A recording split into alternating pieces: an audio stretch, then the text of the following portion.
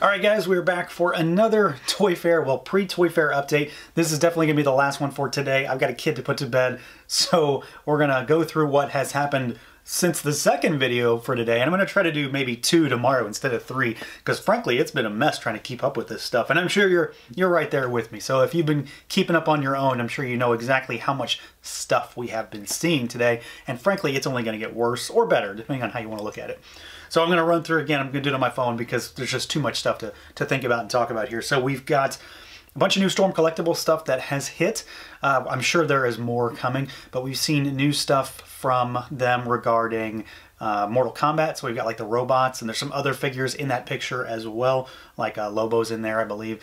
We've got stuff from Street Fighter, so Sagat, and then we've got a Cammy and Guile. Guile looks really fantastic. I don't buy into that line, I've said it before, but I do think he looks pretty solid.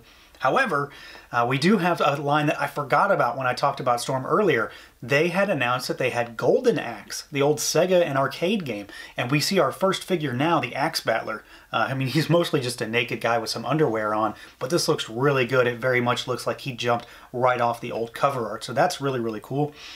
We have got some Star Wars stuff going on. So we've got images from the current Hasbro Star Wars booth. And a lot of this is stuff we've already seen. I'm sure we're definitely going to see new stuff tomorrow. They always put the new stuff out after things have been revealed, not before.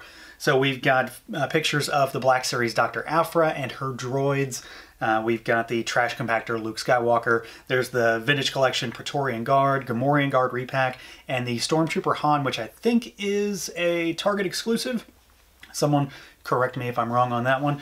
We've got a shot of the overall section for the Power Rangers Beast Morphers line, and this is the kids focused stuff, so it shows you what looks like little things down at the bottom that look kind of like the Transformers BotBots things, those little blind bag kind of guys, and then you've got the basic assortment figures, some Zords and stuff like that. It very much looks like stuff we have expected to see from Hasbro, their versions of what Bandai has done previously, which frankly just looks a lot better to me overall. We still don't have any new pictures that I've seen yet of the Lightning collection, but obviously we're going to get reveals tomorrow. And then we've got new shots of some Legends figures that have definitely leaked. And they may be, you know, controlled leaks or something like that. But we've got a shot of the MCU Grandmaster, so that's Jeff Goldblum's figure. And frankly, this looks absolutely stellar. I say it every time, I don't really do MCU figures, but Jeff Goldblum and the Grandmaster, we're probably not going to get a Grandmaster figure. Maybe. We might get a comic one, but I think he looks really, really good. The likeness is solid. He's got his staff, and there's just a ton of paint apps, a ton of detail on this guy. I mean, I think he was rumored to be in the 80th line, so he might be, you know, a little more expensive, which is why he has a lot more paint applications. Those should probably be 25 bucks, just like the MCU 10 stuff was. And then we've got a shot of that comic Hulk from the Wolverine Hulk 2-pack out of the box. I still want something side by side for scales comparison, but he looks 1, massive, and 2, beautiful. This figure just looks absolutely stellar. It's probably going to be the comic Hulk for just about anybody, unless of course you've got the import stuff, which, you know, those are a different tier, different price point, things like that. Kind of out of left field though, keeping with Hasbro, there has been found a shot from a physical GameStop, like circular, an ad, that shows 4 Overwatch figures. So this is obviously not the greatest pick, and it's again a piece of paper that someone took a picture of, and it shows us Tracer, it shows Blackwatch Reaper, it shows us Soldier 76, and it shows us Shrike Anna. So this tells us a couple things. 1, that there is definitely more stuff than we knew in the pipeline, and 2, they may not necessarily be giving us figures in their default skins, because 2 out of these 4 are not. They both look pretty fantastic. I think they all look pretty good. I'm really very interested in this line. I'm a huge Overwatch fan. I play it basically every single day, and it's kind of my go-to time waster game for the most part. And I do think that they look pretty good. Obviously, they have to contend with Figma as far as comparison goes, but I'm interested to see what Hasbro can do here, and I like the idea that maybe they're going to mix up skins a bit, because frankly a lot of the characters have skins that I prefer that aren't their default, so that's kind of an interesting way to go about it. We haven't seen this up until now because we've seen Mercy and Tracer in their defaults, so this is pretty interesting, kind of an odd development. Leads one to think, are these going to be GameStop exclusive, the video game aspect of it? Who knows, we'll find out this weekend, but there's our first shot of some Overwatch figures that we haven't already seen. we have gotten kind of pre-release renders of the next line of Savage World figures from Funko, which you may or may not care about, but these are the 5.5-inch He-Man style figures. So this is Street Fighter, and you know, there you go. We got a couple Chase figures going on with this one. I'm okay with this line. You know, I'm not invested in it. I got the Thundercats, and that's probably where I'm gonna end with them for the most part. But I do like this for folks out there who do really dig that particular type of figure and that scale, because there are a lot of folks out there that really love this kind of stuff. Let's see, what else do we have? We have got some more McFarlane teases and reveals. So they showed off their One Punch Man Saitama figure, which they hail as being a 22-point articulated figure. However, he doesn't even have close to 22 points of articulation. He has a bunch of swivels. I'm not sure if this is an early thing, because they also showed a Naruto that has the same number of articulation points, but he has joints like any other figure, like a Marvel Legends almost. So I don't know, maybe we'll see on that one. They both look okay. I'm not a huge McFarlane guy, so you know, this might be what you could expect to see from some other lines that we've got. But there's a couple new properties that they're putting figures out for. They revealed those today. And then we got another one of their teaser images today as well. And this is one that, frankly, I had no idea what it was.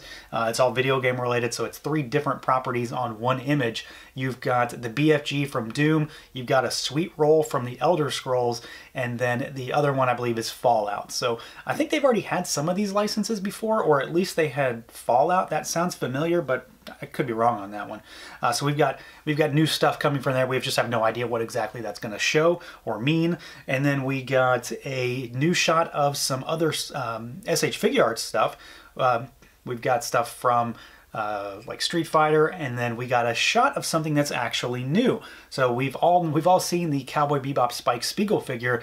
They've got a Cowboy Bebop Vicious on display as well. So he looks really fantastic. That's one that I definitely have to pick up. That's something new. I kind of expected we were going to get something like that. Maybe not necessarily at Toy Fair, but in the line, because I was hoping that it wasn't just going to be Spike. And then to kind of bring it back around to Hasbro and kind of round this one out, we got another shot of that Ghostbusters Transformers figure. This is really cool. This thing comes packaged in vintage Transformer style box. So the vintage Transformers window box with the orange and the red burst on it. And I don't know, frankly, it just looks fantastic. I think it's a cool display piece on its own. I don't know if it's going to make me buy it, but for the Transformers fan, that's a cool little nod. And then, you know, it's an Ecto-1, so Ghostbusters fans will probably eat that kind of stuff up anyway. But wait, there is more. Had to turn the camera back on because not 5 minutes after turning it off, I found some new stuff. So there is a bunch of Bandai Tamashii Nation's mecha-related stuff on display at Toy Fair right now, specifically surrounding Gundam, a lot of model kits, some fixed figuration stuff, but there does seem to be a pretty decent amount of Gundam Wing involved. So I specifically saw the Wing Gundam, Death Scythe, and my personal favorite of any Gundam, Sandrock. So I'm very much interested. I don't know if it's a model kit. It probably is, but it could be stuff like fixed figuration, stuff like that. Action figures would be just the best. Maybe some reissues of Robot Spirits would be even better. But they also specifically have some Soul of Chogokin stuff on display. They've got the Titanus, the upcoming Power Rangers Titanus. They've got some Disney stuff on display, which I'm not familiar with.